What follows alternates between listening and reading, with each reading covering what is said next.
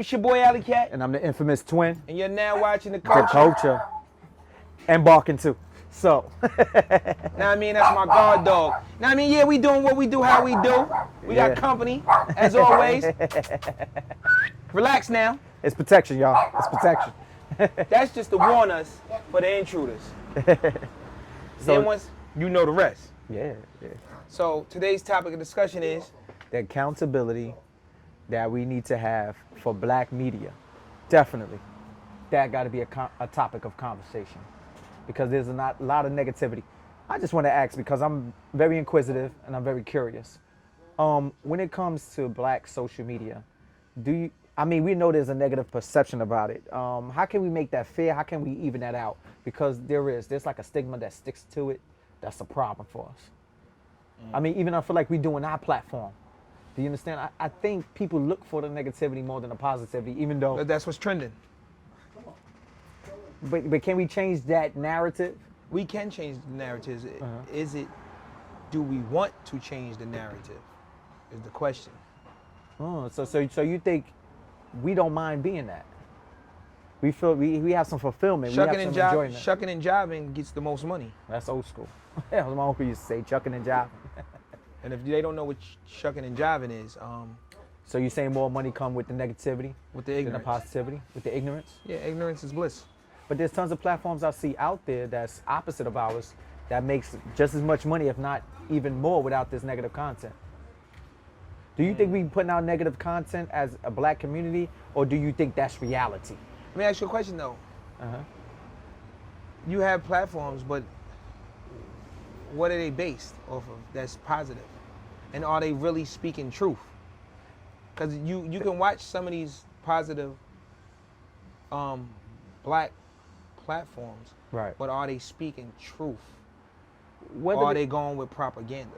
So you saying even though they're positive, if they're not speaking the truth, it's worse than something negative that's being put out there? Yeah. How? In many ways, how? Okay. If you're not speaking truth, then what are you really speaking? Because now you want to dig deep. What are you really speaking? Are you speaking what the people want to hear? So you're speaking positivity, but you're not going to touch on the areas that are gray. Or let me say they putting you in a gray area, but they're not bringing in everything into the light. See, with me, it's either positive, negative. It ain't no in between. You know, you have people that believe in religions. Right. It's no in between when you praise to whatever God you're praising to. Right. It's either you praise God or you don't.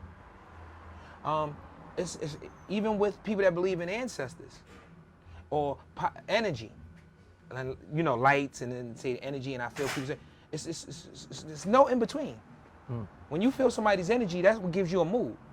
So you have a lot of people that go on these shows and they speak about what you want to hear. It's like the mass of yes men. People only want to be around people. Majority of people want to be around people that's just going to agree with them. And then when you go against them, they show their cognitive dissonance. So, like when you start speaking truth and you start giving knowledge, I mean, you have a bunch of positive platforms that tell you, okay, let's give money. Right. I could go through a list of them, But then you have the ones that are positive, but they want to bash somebody else because they're not positive. Like, they shit don't stink. So you got to really think about it. We could break it down. You have positive influence of the Jay Morrison doing real estate. He might be giving you the game on real estate, yes, but then somebody might have felt they got hoodwinked or bamboozled or lost some bread. So now you got another positive influence that wants to talk about him. But nobody wants to really talk about the positivity and keeping it there, and then, okay, let's grow from here. Because we all human at the end of the day. But a lot of people are not speaking the truth. They're giving you bits and pieces of what you want you to know, and what they know is going to follow, and everybody's going to gravitate to the dollar bill. And the dollar bill is going to dictate how positive you're going to be. It was already shown with Nick Cannon. He went in, said what he said, then he wanted to retract himself. You can't be intellectual and enlighten people and then still want to be on their platform. So you think he should have been unapologetic about the situation, Yes. even though he felt like if you speaking truth, you're speaking truth. Continue your truth, and then you apologize. Then it's like you backtrack or you pussyfooted, and now you left people in a state of confusion. Which, and you leave somebody in a state of confusion, that means you're trying to leave them dumb, deaf, and blind. I mean, or you know what I mean. And I'm far from dumb, deaf, and blind. Yeah, they're dealing with anti-Semitic or anti-Semitism. So, Or excuse me, or let me say, yeah, confusion. I'm far from weak and incompetent. So he gave you some knowledge and he spoke truth. He actually spoke some truth, but then he backtracked it. So is it true? Because a lot of our truths have been erased. Me and you sat there and watched the whole wall of seeing that everything black created, and they won't even tell you that. so it's not that you're against the truth or they speaking some of the truth. You're basically saying there's no platform for truth when it comes to black people doing something in the media. That's what you're saying? Because I could see that very being true, that there's a bigger mountain and a challenge to climb when you is speaking on positivity or you speaking absolute truth in social media. I feel like your platform definitely struggle. And so maybe that's why tons of us gravitate more to the negativity, because we like, yo, give them what they want to see. You know what I'm saying? And that go back to earlier what we was talking about of, you know, getting likes and how that sometimes transform the company. Is somehow, you know, like compromise the integrity of your company. You know, you were set out to have a goal, but it get compromised because, you know, somebody signed the check or somebody making money. So you think that's why a lot of black folks that have a platform go with the more negative side of things? At the end of the day, do we really care? All we want to do is feed our kids, maybe? Maybe we could... Is there a problem with having something negative as a platform and using that money to do good, to do change? Do you think you're doing more harm? That's a great question. Because people be like, listen, I know I do rap music, right? I'm speaking reality, but hold on. You're not speaking from a third person point of view when you rap. You're talking about literally blowing somebody's head off. And then when you speak that, we're the only race that disrespect ourselves and feel it's okay. You think that's true though? It is true, and they build off of it. All right, so they have marketing plans off of it, and then we don't really stand for much. We stand for sex, money, or let me say it right. Sex, money, violence, and drugs. However you want to put it in order. You hear the music, half of the music right now is talking about popping pills, drinking Xans. That basically they're talking about being heroin addicts. Okay, do you feel like music is an art, black music? All music is an art. Okay, so it's an art form. It's a form. So of I'm art. going back to what Tupac used to say. This is how he used to compare it, right? You don't go lock up Arnold Schwarzenegger. He killed 100 people in the movie. You don't go harass him. So he was relating that to rap music, right? It's rap music is an art form, right? So how do you feel about that? Because you claim the negativity in the rap music is actually putting the energy out there. That's Let me clarify. Let me clarify this. If we took time out, and we just took time out, and I said this before, I probably said it on an episode before too. Right. I sat and I did an interview with Ghostface.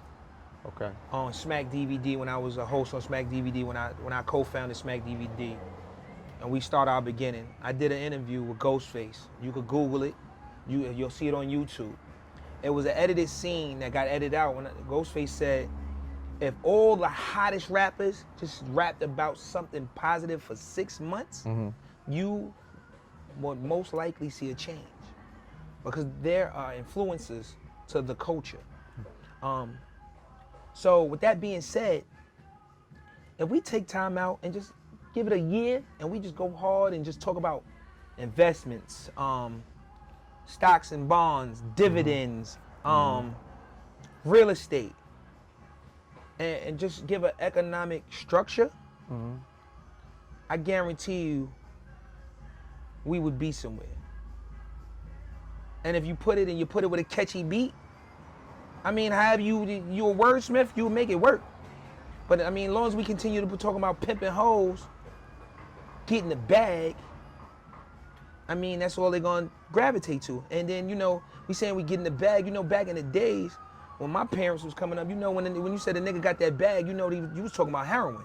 I mean, I think this conversation developed into something real deep, right?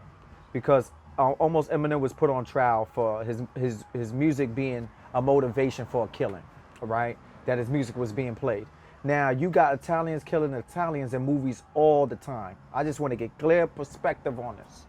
Do we really believe that if we did clean up rap music, that all of a sudden there'd be a major change? No, you don't and be a there'd major something change. Okay. But you got to start with somewhere. But if you are an influencer, all the influencers that are saying something positive, they get taken off. Look, Farrakhan was on social media, giving them positive influence. They took him off. They wiped everything that off. Now everybody has to repost what they have of his. What does that tell you? But you hear somebody saying shoot, stab, kill, murder, homicide. They not getting taken off. You hear WAP, wet ass pussy, and they got a catchy jingle. You gonna hear it. Yeah. You know what I mean? But wet ass pussy? They say I ain't gotta. What she said in the song? I ain't had to cook clean to get a ring. You know what I mean? But what do you?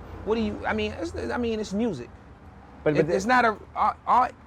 Art imitates life and has somewhat truth to it. So let's not play the game of what we gonna do, what we can't do. We need to have some positive structure. The Black Thoughts, the Commons, the from the Roots. I mean, you have all these artists. Even Most Def. You have great artists. Tribe Called Quest, Q-Tip. I mean, you can put out the music that the people want to hear and get them popping in the club. But you also can also bring them. Once you get them in, you can give them a little positivity. All rappers do. Big Sean, everybody, they have their party, they do it. Kanye West did it. But I mean, at the end of the day, the more negative we have, the more, and we surrounded by negative, we're gonna end up doing negative. If that's what you see and that's what you know, that's what you're gonna imitate. That's what you're gonna do. If you give a little bit of positive and you see that it's light and you show them something different, and they'll want more. Right. It's like giving a boy, you see he had nothing. You say, well, this is a way you could make some money, and you gave him some dope, and you put him out on the corner, and he see everybody else making some fast money, he gonna do it, cause it's easy. But if you show him another way, and a better way, and you show that you can make this money off it, and you can keep this money, and you ain't gotta go to jail, he gonna gravitate it. We're not gonna play games with it no more. Let's speak truth to it. Let's really get at it, right? I'm tired of people complaining about being on a certain platform and getting taken off when it's not your platform to begin with. You cannot be in the system of another people, under another people's spell, and expect to do anything you want in a system for your people. So that's the real, right? So who cares if Farrakhan gets taken off a platform? He got to create his own platform. And he can. That should be, he can, he got a large following. He has the newspaper. I think it's called Final Call. Right, so us, we the only people in rap that's talk about killing each other. This is not true. The Italians do it, the Irish do it, they all do it. They do it within their music, their movies, their plays. Hold on. They might talk about, they might show their movies killing each other. They might even talk about their women or whatever it is in the movies, but we glorify it. We glorify it so much. When you really watch it, we glorify a lot of negativity and we don't glorify positive stuff. And then the only time that we start glorifying positive things is when we become up in age. A lot of us don't get it, which is okay. This is tough, because I always, as a psychiatrist. So you're a psychiatrist? Nah, I ain't saying I'm a psychiatrist, not by trade or anything. I'm saying when I like to look at stuff, I like to look at stuff like a psychiatrist would. I like to look at, start from the beginning, the bottom. You know what I'm saying? Because we talking about music and we talking about movies, how it relate to our people. Now, taking advantage of a people, I mean, it's not good at all. I don't care what type of people you is. It's not good at all. But when it comes to music, to think in my community that it has a major influence that the way it does, I don't like to believe that. You understand? I'm going to quote Dick Gregory. Dick Gregory said, there was never no music ever in history that compelled black people to kill each other. I don't care what they say on the record. I don't care. At some point when R&B and Aretha Franklin first came out, that was looked at as devil music. because before then, a lot of them was church music. Do you understand? So when they talk about loving a girl and doing anything for a woman, they said, no, the only thing you're supposed to do is for Jesus. You're supposed to do anything for God, not for a woman. So they used to outcast a lot of them. They say, you want to do that devil music? You got to get out my church. You got to get out my house. You got to get out of here. So let's move forward. When we're looking at rap music, we have that same opinion on it. Do you understand what I'm saying? But I do understand negativity is negativity. It will always seep into somebody's mind. I just don't think it have a big factor the way it do. And when it comes to these social media platforms, let me ask you a question. What is the big factor in society with these platforms, social media platforms, and because everything that we touch turns to gold. Everything. Gold is the one of the most expensive metals, I guess you would consider it metal on the earth. Platinum is man-made. Right. So, but they say it's more expensive than gold, but it's man-made. Right. So, something that came from the earth, the most expensive is gold, and everything that we touch turns to gold. Everything that we touch turn to gold because we on somebody else people's platform. So let's define it even better. I would love to see us move into an area where it's nothing but our platforms to see how much we mess with rap music, how much we don't. We did Black Planet. I call some of them platforms. We did Black Planet. Black Planet. Then rules raised so fast and then dropped so hard. It was gone. Dropped and so I hard. just that's only one. That's just only one. And now we're getting ready to have, and which is already in the process of we're being allowed to sit at the table now, but it's our table, which, you know, they can say whatever they want about him. Tyler Perry created his own table, and I'm surprised they didn't take him down yet. And I like how he did it, he did it strategically, quietly, because you never knew that he was buying the studios and did what he did. So he did it the right way. Just turned a billionaire too. Probably already was. Look, you know how they reported on us last. Yeah. According to Kanye West, I've been a billionaire. And you see what he's doing.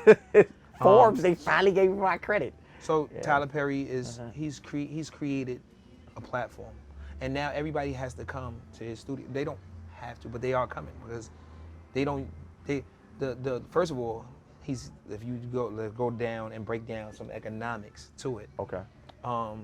You know, certain states, when you do an actor and you're extra, they have an extras union and you know, like label. Atlanta's not that labor state, so they don't have to give you unemployment and unions, no unions. So he has a lockhole in the game of, you know, with his money and how to play the game. Universal Studios now, you don't have to deal with them. Right. You could come to him, you could shoot with him. He probably has different I know, you know, I'm assuming some of the stuff that I'm saying. So he probably has different guidelines, and everybody's getting a shot now. Right. Everybody getting a shot now. Next thing you know, he don't even have his own network, but he damn near close to it because he damn near took over BET. Yes. So, and you know, I think he's on the O network. So listen, man, I mean, he's somebody that's said, okay, let me get off their platform. Now he's a force to be reckoned with. So, I mean, I believe that it can happen. It can happen. Can you think the 14% of us that's in the United States actually captured the mind of the rest of the percentage of the people that's out there? Dude, we didn't go off topic, did we? No, we were talking about the negative impacts on black media. Okay. Right? And how do we look at this? Should it be changed? Should it not be changed? You know what I'm saying? But they trying to give them, they trying to get like that. You see how I asked you what was on topic and you broke it down the topic? But look, the negative impact on black media, right? I give you a couple of more months, they're gonna be upset with Tyler Perry. So they're gonna try to give him a negative spin. He made too much money, he has too much. It's just something they're gonna try to find and do to pick and plug. And I pray that if they do, I pray that he destroys them.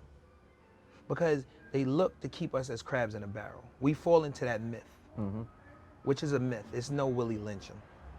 Okay. It is a myth. So, when I look at the Roland Martin show, Black News Network, that only do news on black people. I like his show. You like his show? Yeah, I like his show. Yeah, I like the Roland Martin show. Because he spoke his mind.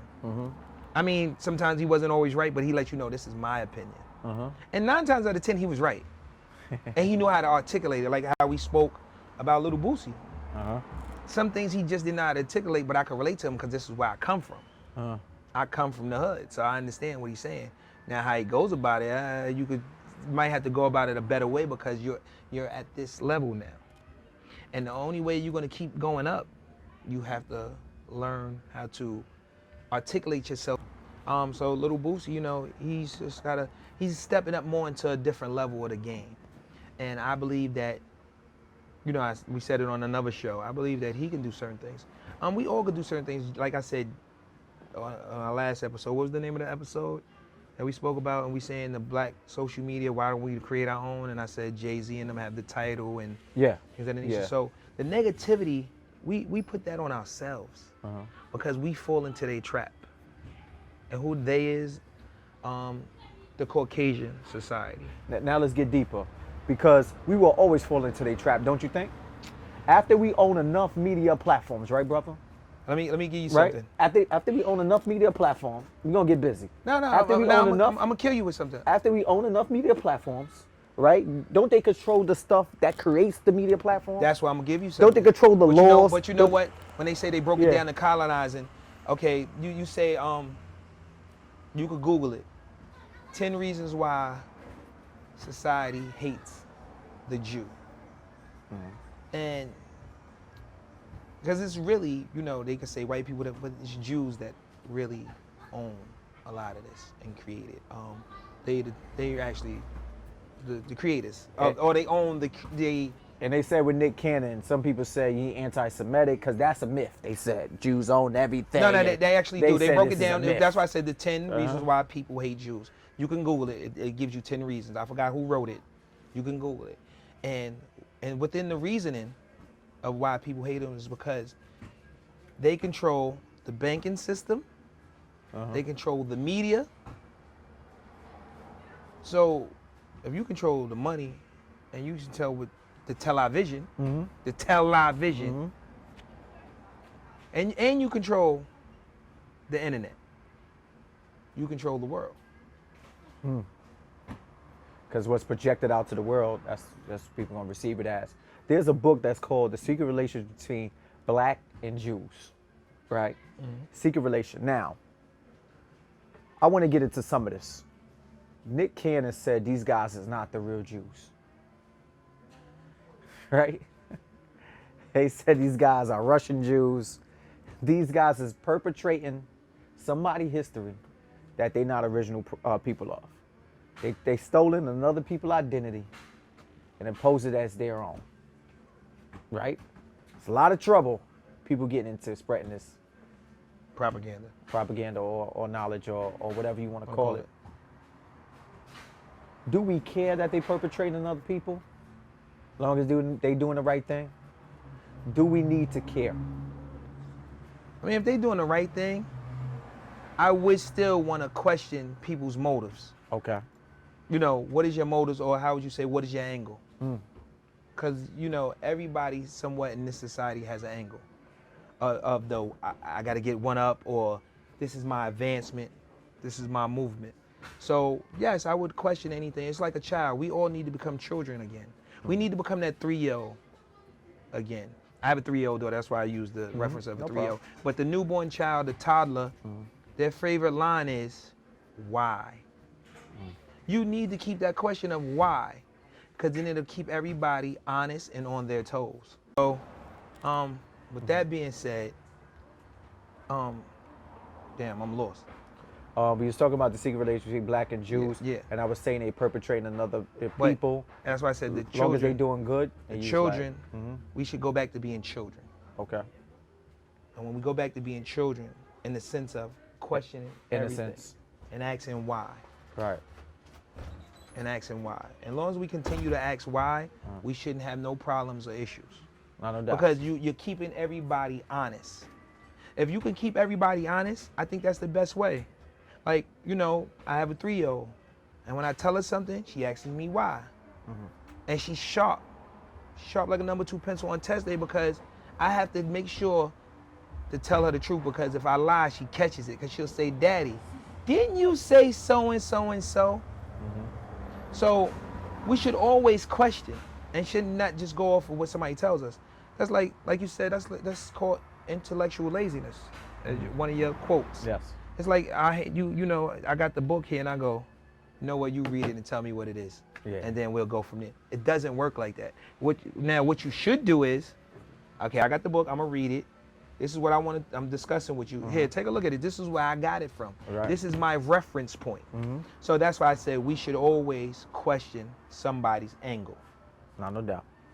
No doubt. So when we talking about the negative stereotypes, even black people on social media, the only way we can survive this is by keeping those relations.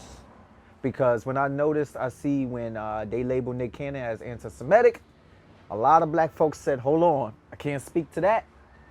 I got Jewish friends. I call them, I talk to them, but ain't nowhere in the world I'm speaking on these cameras about my Jewish friends. I work with Jewish people. I got cameramen that's Jewish people. I am not speaking on it. So the only way to survive it is keeping those relations with those other people, unfortunately. Because to me, in order to get this really together, we're gonna have to take 3 steps back to move forward. If we gotta quit everything to come together collectively, to start moving forward together, that's what we should do. We cannot move together already in the place that we're at to go forward. I do not agree with that. Everybody got a different head start. And we way basically behind. you're saying to unlearn to relearn. That's it. You know, and I'm glad we did use Nick Cannon as a reference point. You know, he lost a lot, so I guess he went into a frenzy of apologizing. But now he's getting ready to sue, and he's making it $1 billion lawsuit. You hear this guy being stressed out about the situation. They put out a couple of tweets. They think he's suicidal all of a sudden, Nick Cannon, and all this other stuff. And it's like, Dad, when you go through those challenges, it builds character. You really get to see what you're made of and who you are. And you get to see who everybody else is around you. True that. Because you're going to see who bail out on you. On trials who and stick with tribulations. you. Definitely. When you have your trials and tribulations, you're going to see who everybody is around you. Right. I just pray that all these warriors of ours and soldiers stop being so apologetic. If you stand for something, stand for it. But if you don't stand for anything, then just leave it at that. You're right. You're right. Maybe it's just my age, or maybe there was a certain time and stuff is developing different. There's new diagnosis. There's new different developments that's coming out, right? New terminology. I feel like the newer generation, a lot of this stuff people are more sensitive to today, back when I was younger. That's what I feel. Do you understand what I'm saying? And in society, they feel like, as a people, we is making progress. And I feel like Do you feel we making progress? Nah. I think society, our community is more sophisticated with information, but as far as progress, I do not see the leaps and bounds forward. We still own 1% of everything today, like we did back in the 1920s. We still own the same 1%. Even though seem like black people got businesses, social media, making money. As far as ownership, we still only own 1%. And that's an issue. And we are 14%. Well, with that being said, I'm Alley Cat. And I'm the infamous twin. We are the Kultcha. Choir Minds. Peace.